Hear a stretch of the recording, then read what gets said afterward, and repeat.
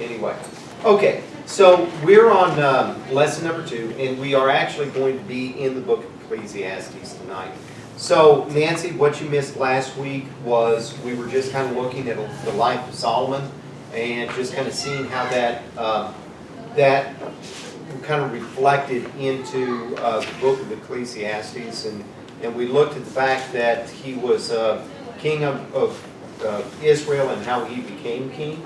And we looked at the fact that when he became king, God gave him wisdom so that there was no equal to him on the face of the earth. And so there's never been a man as wise as Solomon, except for Jesus, of course, because he's superior to all. But in addition to that, he was extremely rich, and he was very goal-oriented. I'll put it that way. He was a builder, and he had a lot of building projects going on. And so, when we kind of look at it, those things, we get at least a better understanding about who Solomon is in relationship to Ecclesiastes. Oh, except for this thing, that he was a good king in the first part of his reign, but then as he got older, all of his wives led his heart astray, and he started to worship other gods and allow his wives to influence him to build temples for other gods. And this is something that displeased God, and God judged him for it, and chastened him for it. Now, as far as the book of Ecclesiastes, I think this was written after that, when he had a chance to kind of look way back over his life, and it's kind of a chance to get us a little bit of wisdom in that. Okay? All right, so Ecclesiastes, let me find it here. Where is Ecclesiastes? Ecclesiastes chapter 1. Says in verse number 1, the words of the teacher, son of David, king in Jerusalem, meaningless, meaningless, says the teacher, utterly meaningless. Everything is meaningless. What does man gain from all of his labor at which he toils under the sun? Generations come, generations go, but the earth remains forever. The sun rises and the sun sets, and hurries back to where it rises. The wind blows to the south and turns to the north. Round and round it goes, ever returning on its course. All streams flow into the sea, yet the sea is never full. To the place the streams come from, there they return again. All things are wearisome, more than one can say. The eye never has enough of seeing, nor the ear its fill of hearing. What has been will be again, and what has been done will be done again. There is nothing new under the sun. Is there anything of which one can say, look, this is something new? It was here already long ago. It was here before our time. There is no remembrance of men of old, and even those who are yet to come will not be remembered by those who follow. Sounds very uplifting, cheerful, and everything like that. Okay, so what is all of this about? Well, looking at our sheet here, get my clipboard. Okay, let me get my clipboard to the right lesson. The phrase, it's all about me. You guys have heard about that, right? It's all about me. Is it a reflection of any of your lives? No. Okay. But really the idea about it's all about me, it really kind of fits the idea of what we're talking about with the book of Ecclesiastes. Now, what I talked about a little bit last week is this. If you recall, I said that a lot of times this is our approach about life. And that is, here we have humanity, and that we think that man is the center of the universe and God revolves around us. And so whether people don't really, I don't think that people really admit it a lot, but you kind of think that a lot of times people have it within their minds that God really does exist for us, right? That God is here to give us things, that God is here to do for us, that God is here to help us, that God is here to provide for us. But that really doesn't work out very well. I mean, that's really a very false way of looking at things, that God exists for us, because it's not that at all. Instead of God existing for us, it really is that we exist for God. That God is the center of the universe, and that we are supposed to revolve around Him, because after all, we are created in the likeness and the image of God. And since we were created in His likeness and image, and I don't believe that there's ever been anything else that has been made that has been created in the likeness and the image of God, that since we're created in the likeness and image of God, that therefore there is a specific purpose, and that is that we are to bring Him honor, Him glory, Him praise, because He's our Creator and we're His created. And so this right here is, a false way of looking at things, and this right here is a correct way of looking at things, right? Okay, this is not in the book of Ecclesiastes. This is not Ecclesiastes right here, okay? Ecclesiastes does not say, taking a look at life as far as we are the center and that God is revolving around us. If you approach Ecclesiastes from this viewpoint, you're going to get the wrong idea, okay? It's not this either, by the way. What it is this. It's saying, switch back to blue, is that man is the center of his own universe, okay? And that everything is about man, and that everything is revolving around man, but God is not revolving around man, that God is His own universe over here, okay? And so what the book of Ecclesiastes is doing is it's saying, okay, if this is all that there is, if this is all that there is to life, then what is the result? What is the outcome? What are some things that we can gain from it? Now, it's not saying that God doesn't exist. As a matter of fact, when we read through the book of Ecclesiastes, we see that God is very much involved in the affairs of man. But it's not as if that God is involved in the affairs of man to do and provide for us. It's that God is involved in the affairs of man to affect him, and specifically, in some instances, to afflict him. Okay? And so, you got to just kind of understand that this is what Ecclesiastes. And so, it's all about me kind of fits. All right? Another way of looking at it is just simply this. Under the sun, okay, of life here and now. Life that doesn't say, it's not as if eternal life doesn't exist, but it's just simply, we're not looking at eternal life. We're not thinking about eternal life. What our view and focus is upon life here on the earth, okay? Now, when we do that, what we find out is that this life that is there is something that is going to be meaningless, okay? Now, if you look there in Ecclesiastes chapter 1, first couple of verses, the words of the teacher, son of David, king of Jerusalem, meaningless, meaningless, says the teacher, utterly meaningless. Everything is meaningless.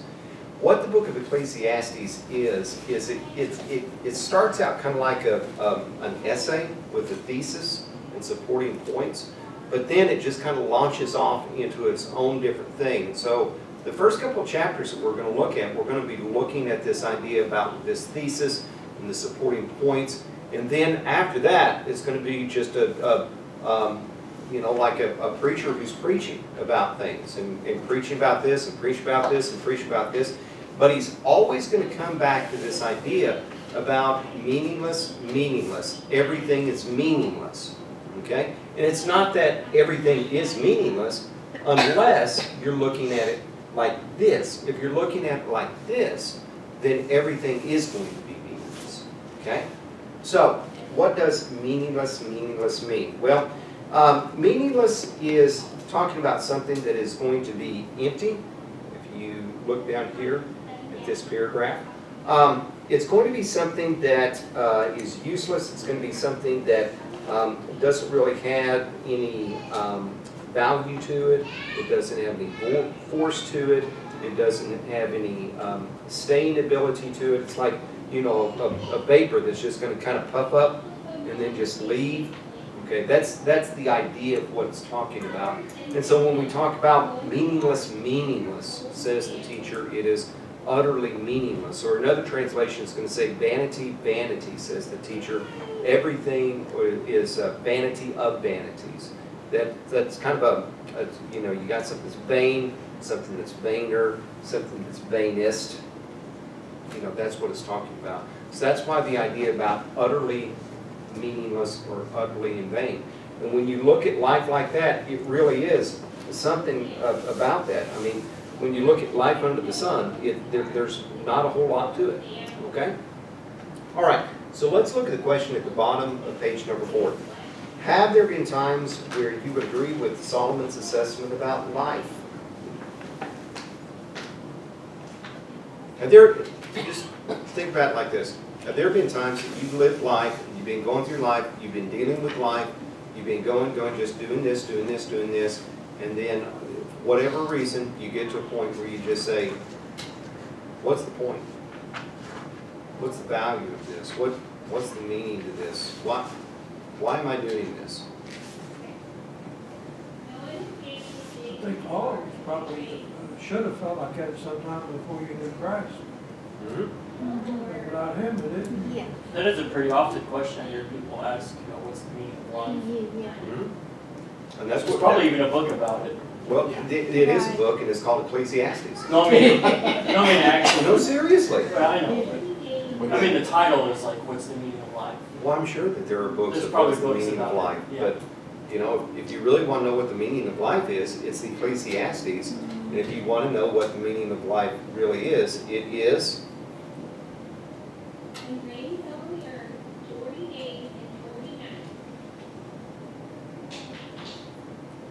that right there. That just cheers you up, doesn't it? It really is life like this is this way. All right? I mean, this is what he's saying at the very beginning. Life is meaningless. Now, he's going to prove it in the next couple of chapters. But this is where he's starting out from. Okay? All right. Now, here's the next thing. And that is, which is better, to live life under the S-U-N or life under the S-O-N? S-O-N. S-O-N. Because, as Don pointed out, when you live life under the S-O-N, then it's not meaningless.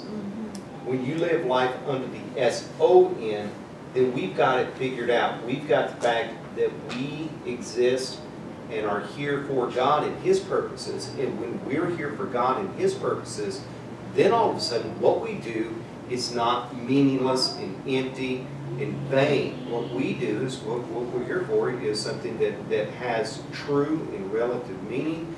It's going to be something that is eternal. It's going to be something that can never be taken away from us. It gives our life meaning and purpose and existence. But even as a Christian, are there times where you think, what am I doing? Okay? And I'll just be honest with myself. There's times that without even realizing it, I fall into this trap right here. And I come to the point of what's the point to all this? Why am I doing all this?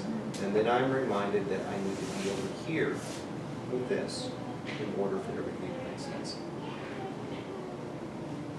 Okay? It's called depression. When you, sometimes we do that. I mean, we have it. And I don't even know that it's necessarily Or depression. sadness or something like I mean, it's depressing. depressing. But Yeah. it's really just, Like, I think we get enticed and deceived into thinking that this life is going to give us all of these things to offer, and then when it doesn't, it's just kind of like, we're anticipating something, and then when we get it, we buy into it, it's not what we thought.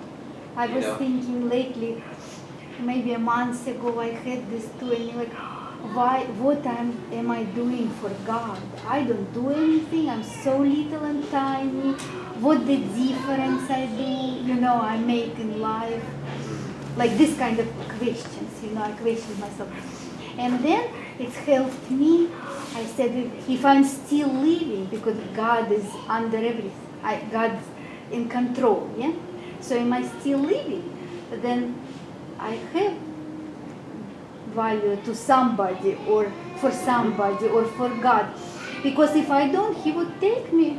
I think you're right. Yeah, and I was thinking, and it helps me like, because He's under control.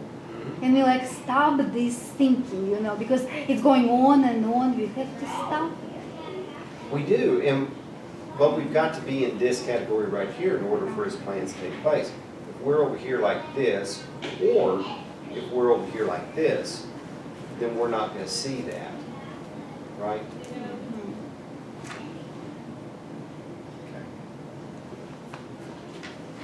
Okay. Judy, you can talk. What? No, she's silent. What Olga said, I was just thinking about when I was a cop and some of the situations I walked into, and I just wasn't afraid because I knew that if it was my time, God would take me. If it wasn't, He wouldn't. I mean, I didn't do stupid things to test Him. Don't get me wrong, but I just had that faith the whole time, and I just knew, if God wants me here, I'll be all right. If He doesn't, He'll take me home. And it gave me the courage, you would say, to do things.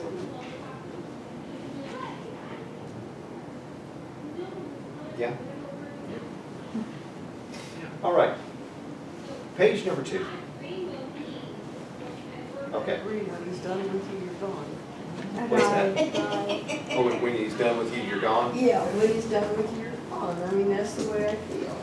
We have Well, I page think that's a true number thing. 5. Yeah. I think it's a Yes. true thing. Do we What's that? have page number 5? Yes. Yeah? You Yes, said page number 5. I'm sorry. Page No, number it's 5. okay. It's Because I see it's the the second same. page of the lesson. Right. But it is page number 5. I saw his thing. Okay. So, since he just gave the theme in verse number 2, now from verse number 3 through verse number 7, he's going to start to expand on this a little bit. Okay? And I want you to take a look at verse number 3. He asks this question. He says, "What does a man gain from all of his labor at which he toils under the sun?" There's that phrase again. Okay? And so, we're not talking about gain outside of life under the sun. We're talking about gain under the sun. Okay? We're talking about starting at a point when you begin this life, going through your life, doing things, maybe losing things, but doing things, losing things, doing things, and then when you come to the point where you meet your end, whatever you gain goes back there. Okay? And so it's like this. You start with 0. All right? And you add. Okay? And you can add. And you can add. But at the very end, you're always going to subtract. And then you're going to end with 0. Okay? And let's stop and think about this for a second. You can start with 0. You can add. You can go down. Right? You can do all these things. But at the very end, you're always going to 0 out. Right? So in a business, you've got gains and you've got losses. Profit and loss. And so, you're making money, but at the same time, you're spending money. Okay? And so, if what you make is more than what you spend, what have you got? If you make more than what you spend, Profit. you've got a profit. Okay? But if you spend the same thing that you make, what have you got? Nothing. Nothing. Okay? So, if you start with 0, right? And you have 40 times 400, okay? Minus, what do you got? 0. 0. 0 plus, we can really go on with this, can't we? We can say 4,000 times 40,000, right? But then we've got minus 1, 2, 3, 4, 5, 6, 7. 1, 2, 3, 4, 5, 6, 7. What do you got? 0. See, it doesn't matter. Everything in this life always comes back to right here. I always give an example to my children, family, or somebody talking to them about, when you think about life as a whole. If you live a long, normal life, you go out just like you come in at a fetal position, drinking milk or oatmeal and wearing a diaper. You do. You shrivel up. You die just from old age. If you don't get hit by a truck or something in between. You go out almost exactly like you came in. And even if you don't do that, if you go out young, suddenly, it doesn't matter.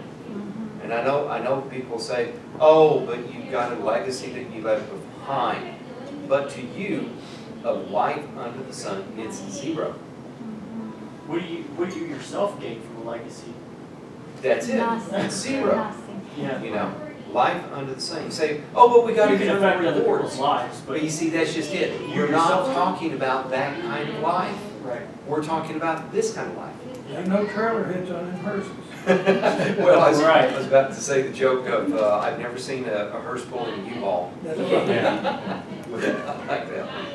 But I mean, it's true, and it doesn't matter. It doesn't matter if you just do this in life, or if you do this in life, So it doesn't matter if you're like this going through your life, or if you're like this going through your life. It always comes back to 0. And so that question of what does a man gain of his labor at which he toils under the sun? Now, to emphasize that, look at the rest couple of verses. Verse number 4, he says, generations come and generations go, but the earth remains forever. And so if you think about the affairs of man are very much this. Cyclical. Okay? Generations come, generations go. Okay? It's always constantly this way, It's just that you got one generation that comes, goes, another generation comes, goes, another generation comes, goes, another generation comes, So in goes. this view stance, does this mean that there's no end? Well, no, it's not that. It's just that man is limited, that man is finite, he's temporary, he's here today, he's gone tomorrow. But The reason why I asked that is because if this is life under the sun, not the Son of God, then there is no end. He's not coming back. no. See, that's just it. You can't look at it that way. It's not saying that God doesn't exist. It doesn't gotcha. say that Jesus doesn't exist. It doesn't mean that there's not going to be a resurrection, that Jesus is not going to happen. It's not looking at that at all. It's just that its focus is here. Our focus is not on God. Our focus is here, unless all of a sudden God does something that's going to mess this up for us. And then if God does something that messes this up for us, then see how God affects us and afflicts us. Okay? But it's not as saying that God doesn't exist. Okay?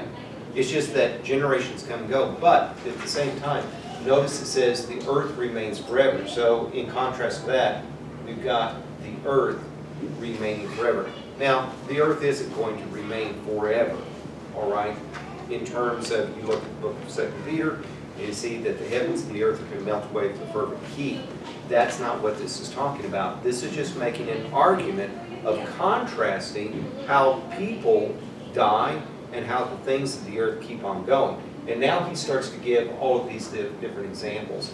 If you look back at your page, right here, we've got 3 different examples of this happening. We've got, first of all, the example of the rising and the setting of the sun in verse number 5. So in verse number 5, it says the sun rises and the sun sets and hurries back to where it rises. And so we've got the sun rising in the east. If it were 7 in the morning, 6:45 in the morning, something like that. No, it's after 7 because the sun hasn't risen by the time I get to work. So it's after 7, whatever time it is. As a matter of fact, it's 7:16 a.m. I watch it tells me. Okay, so 7:16. What's that? I knew it was after 7. 7:16 a.m. There goes the sun. Boop. Goes across the sky, and it sets at, what is it, 5 something now? Yeah, it's a little after 5. Getting Okay. longer. 7 or 10 minutes after 5. Yeah. And so, boop, there it goes. And then next day, there it is. There it goes. Next day, there it is. There it goes. What's going to happen the next day? Boop. There it goes, right? And that is the way that it's always been. You know, you stop and think about that. I mean, this is what has been going on in the sun, or on the earth, in the days of Solomon, in our time, in the days of the Middle Ages, in the days of Noah, of Adam. I mean, it's just, boop. Okay? All right. So do you see the idea about how we come and go, but there's continuity where we are? Verse number 6, the sun, wind blows to the south, turns to the north, round and round goes, ever returning on its course. So here we've got weather patterns that are cycling. Verse number 7, all streams flow into the sea, yet the sea is never full. Imagine that. I mean, here we've got just tons and tons and tons of water that is constantly dumping into the oceans. Why aren't the oceans overflowing? Because evaporate. Because it says this. It says, yet the sea is never full. To the place the streams come from, there they return again.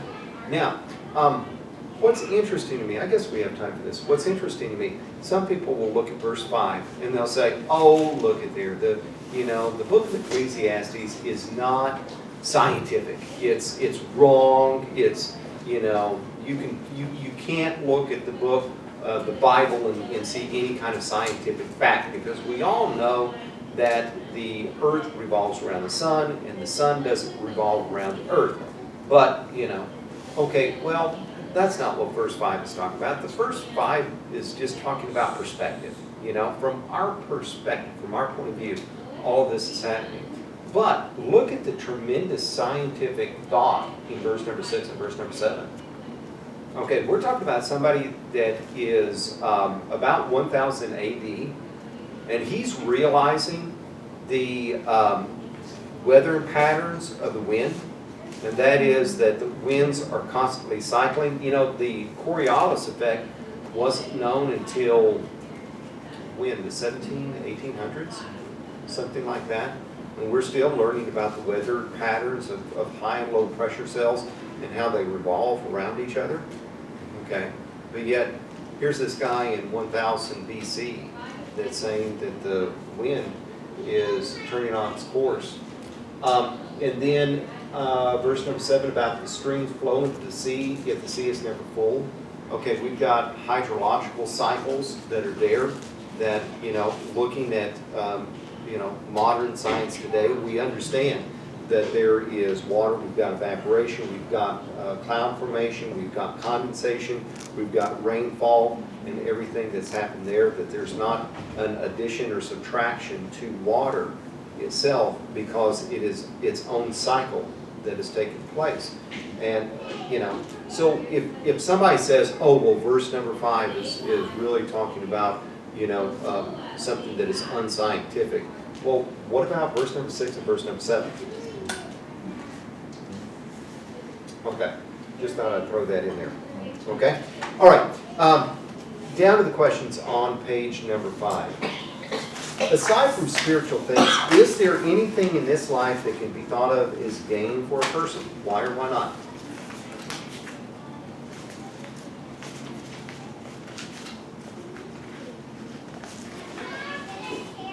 If I win the lottery and get $1 million, buddy, that's gain, right? For now. For now, yeah. Period. Until later,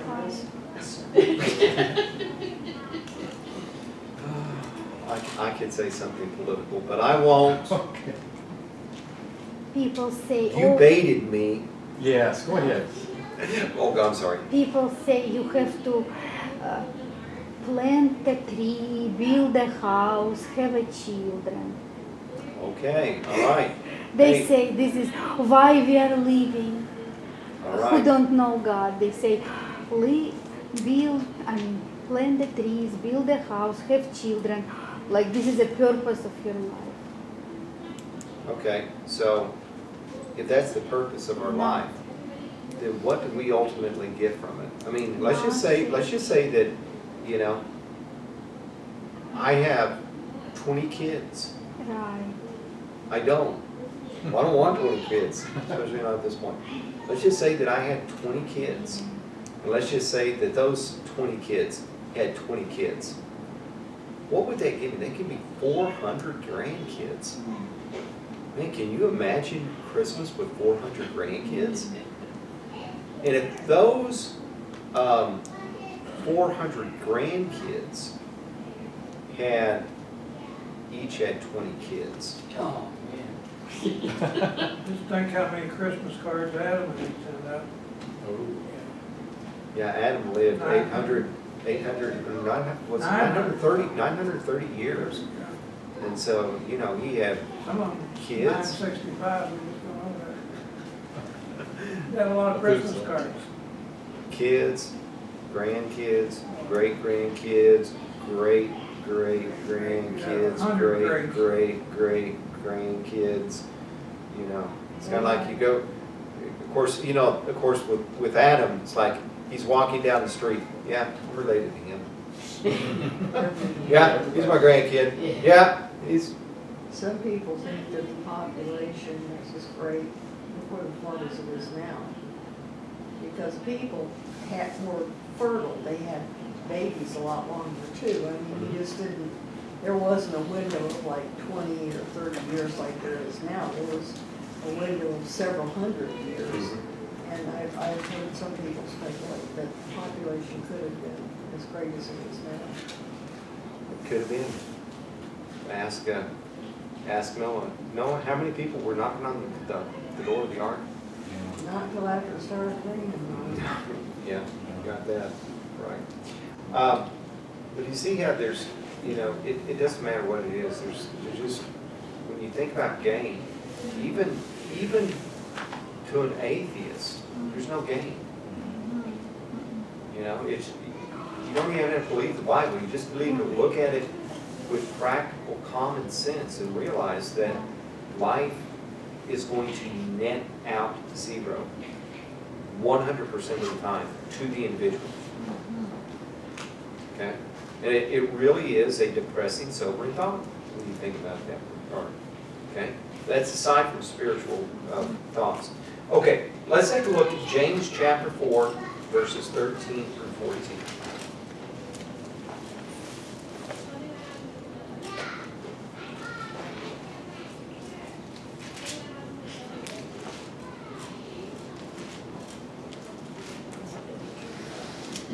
What's that? You want someone to read it? Would you like to read it? Sure. Go ahead. Who is wise and understanding? Oh, no, hold on a second. James chapter 4, verse 13. All right. Now listen. You who say, today or tomorrow we will go to this or that city, spend a year there.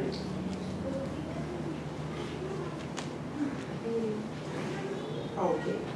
Carry on business and make money.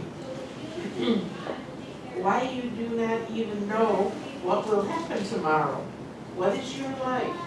What are a mist that appears for a little while and then vanishes? Okay. So do you think people today are being foolish for focusing on materialistic things? Very much. Yeah. Why? Because that's all they see and all they know. If they don't believe in God, Okay. that's all they see. And plus, they want more than anything this time. I want, and I have to get it now. And they Well, get I'm gonna play devil's advocate with you. Okay, if what you're saying is true, you know, of somebody who wants things, and okay, I want something, you know, if I go and if I work hard, if I get that something, then, you know, I have a feeling of satisfaction. only for a About it. little. I know, but I still have a feeling of satisfaction, and so, you know, and then I want something else, and so I go and take care of that, and I get it. So how's that a problem? Yeah, it's going I on. mean, what's it to you? Why can't I just live life the way I want to? Yeah, but the problem is many people who is successful, rich, like we talked last time, they admit they have everything, but in the end of the life they unhappy, suicidal, 5 or 6 times married, even Hollywood people, you know. Yeah, I'm still gonna play devil's advocate with you. You know, what would be wrong? Let's just say that I'm gonna be a rich guy. Let's just say that, you know, I've got a lot of things. I'd rather have a lot of things than not anything. And just because I have a lot of things, it doesn't mean that I can't be a good guy. It doesn't mean that I can't have a good marriage. Right. It doesn't mean that I can't have all of these But things. it's again in this life and for only a period of life, and then what after life? So what makes what we're talking about foolish? What makes living a life focusing on materialistic things foolish when you look at this verse? You never know what's going to happen. You don't know what's going to happen. You know, you may be making plans for 5, 10, 15 years out, and you may not get there. That happened to my husband and I. We had planned to move to Missouri when he turned 70. Well, he didn't make it to 61. That happened to my mom and my dad.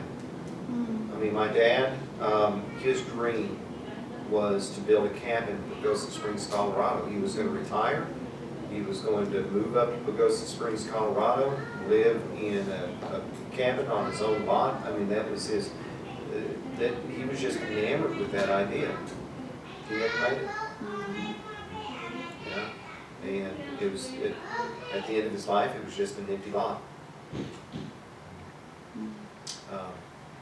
And it's because we don't know what's going to happen next. So, yeah. And it's, even if you're not a Christian, a lot of times it's what you focus on. Because I remember my sister Jill, and I was talking to her about some different things, and we were talking about birthdays and Christmas, and she was trying to spend them with her little autistic son, Caden, who's about 23, 24 now. And I said, Dad, tell me what you got for Christmas when you were 8. She didn't know. I said, what did you get for Christmas when you were 12? I can only remember one Christmas present when I was little, and that was a bicycle. And the reason I remember is my dad was putting it together and kept on ringing the bell. And I got up and I was watching around the corner, and I was all like, keep from laughing out loud so I didn't know what was there.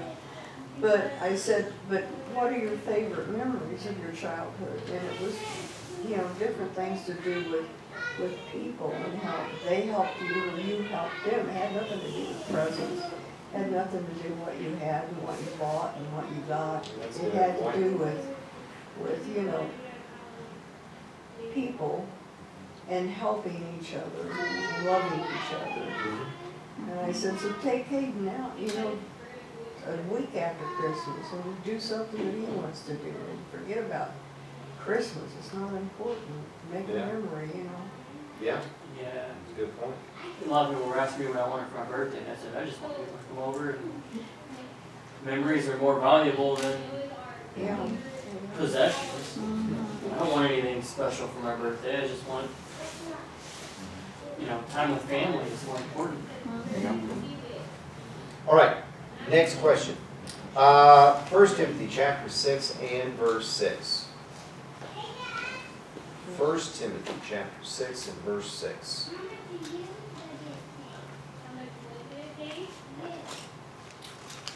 All right, so while you're turning there, the context of this is that it's talking about false teachers and how false teachers are after material gain, and how that gain without, you can't use godliness as a means to financial gain. Verse number 6 says, "But godliness with contentment is great gain. For we brought nothing into the world, we can take nothing out of it."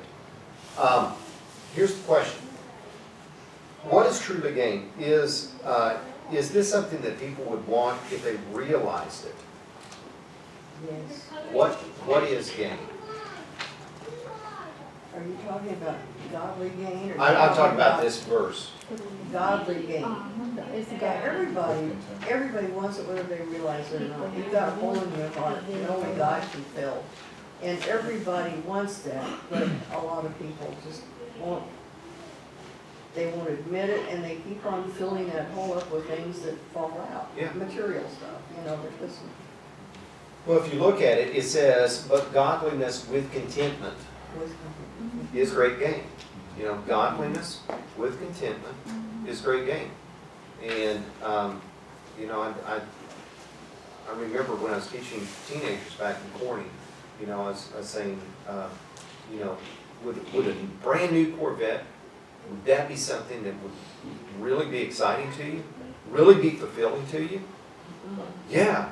Well, we're talking about teenagers here. Yeah, of course it would be to me too. Yeah, that really, and I'd get them jazzed up, and I'd say, okay, well, what if you could just have that without the car? Would that be okay? Well, yeah. Stop to realize, oh, wait a minute, I don't need the thing to have, the contentment. And so, godliness with contentment is great gain, And if people would just stop and think about it, oh, wait a minute, there's something missing in my life, what you're talking about. Something missing in my life, and I want that. How do I get that? I get that with God. And having a relationship with God, and having God work in my life, and this right here. Right? Okay. Is it something that you're seeking? I guess that's a question that each and every one of us need to answer, and each and every one of us need to answer it probably more than once. Okay, last page. Verses 8 through 11. Now, Ecclesiastes chapter 1, verses 8 through 11. He says this. He says in verse 8, "All things are wearisome, more than one can say. The eye never has enough to see, nor the ear is filled of hearing." When you think about this idea about life under the sun, you think about going after materialism or anything else in order to fill that void of contentment, then the eye doesn't have enough of seeing, the ear doesn't have enough of hearing. It is like trying to fill a teenager up with food. You might take a good stab at getting there, but give it a while, it's going to be gone. Right? Okay. Olga and I can both relate. I know your son, I know how much he likes to eat. Yeah. Still does. Still does. Yeah, we took Quentin out for his birthday, and it was actually both Quentin and Mackenzie. We took him out for birthday and had a big lunch and everything. Went to a restaurant there in Rolla. Went back to their apartment. Played a couple of games, and it wasn't just maybe an hour after we finished eating. I'm hungry. Hungry. What? I didn't spend all this money on a big dinner for you, and You're hungry again? All right. Okay. So exaggerating the appetite is the fact that people are born and live and die amongst this backdrop of things that go on in the earth. It says, verse number 9, what has been will be again, what has been done will be done again. There's nothing new under the sun. It's just that everything is cyclical. Is there anything of which someone can say, look, this is something new? It was here already, long ago. It was here way before, here before our time. There is no remembrance of men of old, and even those who are yet to come will not be remembered by those who follow. Okay, going on to questions. What are some things that people can look at and say, hey, look at this new thing? Can we say that? Hey, look at this new thing. They keep inventing so many new things that we can say that. But, stop and think about this. Is it really a new thing, or is it an improvement on an old thing? Improvement Could be improvement. of the old phone, what we Yeah. have cell phone. A cell phone Improvement. is an improvement on the telegraph. Like with a cord, yeah. Or And- tin can with With a cord. And it's the telegraph was an improvement over smoke signals. Okay? Hanson. Yeah. Electricity. Okay, now here's Used to something. be a new thing. Benjamin Franklin invented electricity, right? No, he discovered it. He discovered Oh, electricity was discovered. here. It was here, but he discovered it. He discovered it, Okay. you know? And you think about it. You know, scientists will go, they'll explore the depths of the sea, right? And say, wow, look at what we found. It's been there. Been here since the creation of the earth. Because of the God's laws. Still a lot of things Always we don't know been about. here. Yeah. And now we discovered, say, whoa, we discovered Yeah. It's this. new But to it was us, there. but it's not new. Not new to Yeah. earth. Okay. Speaking of inventions and accomplishments, there are many things that can make life better. Is there anything, though, that can fully satisfy the human appetite? Never satisfied. No? I'll be satisfied if I can get the latest Right. phone. And you have latest. Right, and then until the new next I'll be It's latest. next satisfied if I can get the latest. latest Right. computer. Until the I'll be next latest. satisfied. Next I'll be satisfied if I can get a brand new car. car. And in 5 years, I need a new, brand new car. It's not gonna take that long. It's gonna be, you know, Right. because next I've year had it new is cars, a and new I've seen car. the odometer roll over, and it's like, Right. oh, my brand new car isn't so new anymore. Okay. Next question. Think about someone who produced some recent human accomplishments that is now dead. What accomplishments, what did those accomplishments do for them now? Somebody give me somebody who's an innovator who is now dead. Yes, sir. Michael DeBake. Who? Who? Oh, back in the 60s, 1960s. He did a lot of heart research. He was a scientist. Ah. He was from Lebanon, Ah. in fact. And he worked in a hospital, Christian hospital, I think out east somewhere. And he actually developed bypass surgery, or heart bypass surgery. He was the one that invented that. Huh. And he also worked on artificial hearts. He prepared the way for another guy named Jarvis, who actually did put together.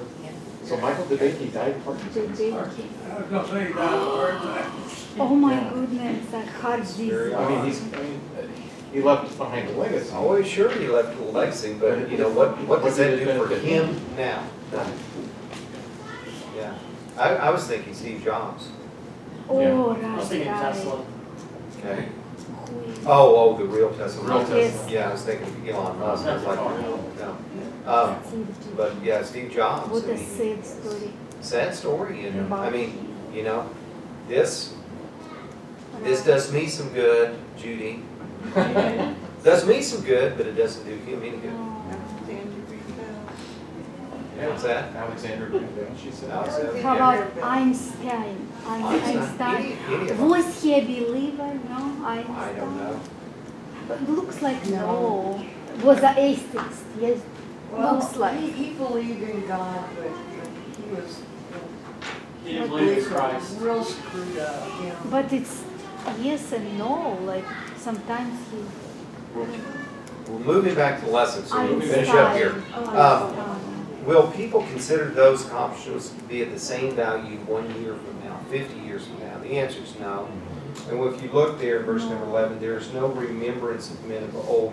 Even those who are yet to come will not be remembered by those who follow. So, the name that you give, I've forgotten it already. Oh, this is a great man who's done so much, and he did do a whole lot for a lot of people, but, who was he? Hold on.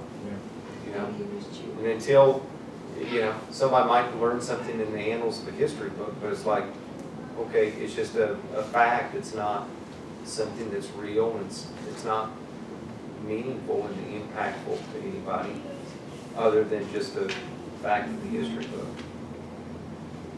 book.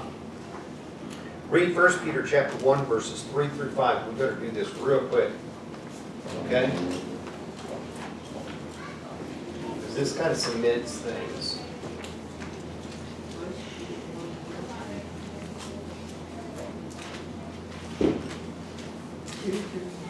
First Peter chapter 1, verses 3 through 5.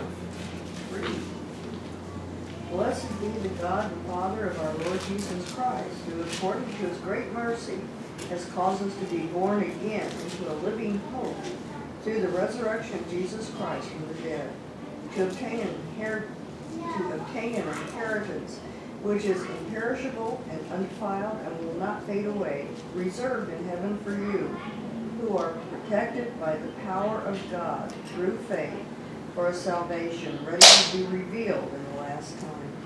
All right, so contrast what we read there, life under the S-O-N, with life under the S-U-N. Life under the sun, we've got meaningless.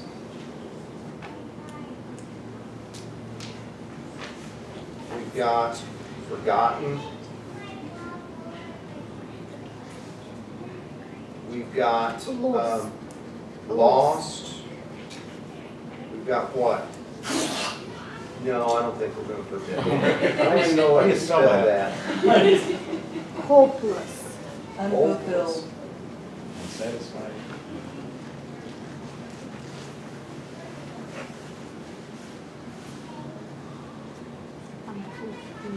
Okay. What do we see about life under the S-O-N in this verse? Meaningful. Okay, well, meaningful, but if you look at this, it says that he's given us new birth into a living hope. Yeah. It's eternal. It is something that is not just eternal, but look at how it's described. And that is, it won't fade.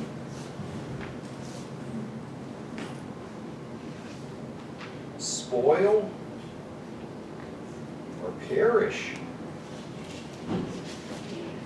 Okay? I mean, that is a whole lot better than that right there. Doesn't perish mean something like total destruction or something? The root word or something? Perish seems like a rot. Yeah, I think it's a decay. Decay. Yeah, that's. Yeah. We also kept by his power. And we're kept by power. The Holy Spirit that indwells us. So, I mean, if you think about it, the book of Ecclesiastes is not there to make us feel good. It's there to give us a reality check and to say, hey, wait a minute. The normal course, the normal life of things that we're doing is going to get us in the end. So let's not do it. Let's think differently. Let's live life under the S-O-N instead of the S-O-U-N. Okay, anybody got any questions?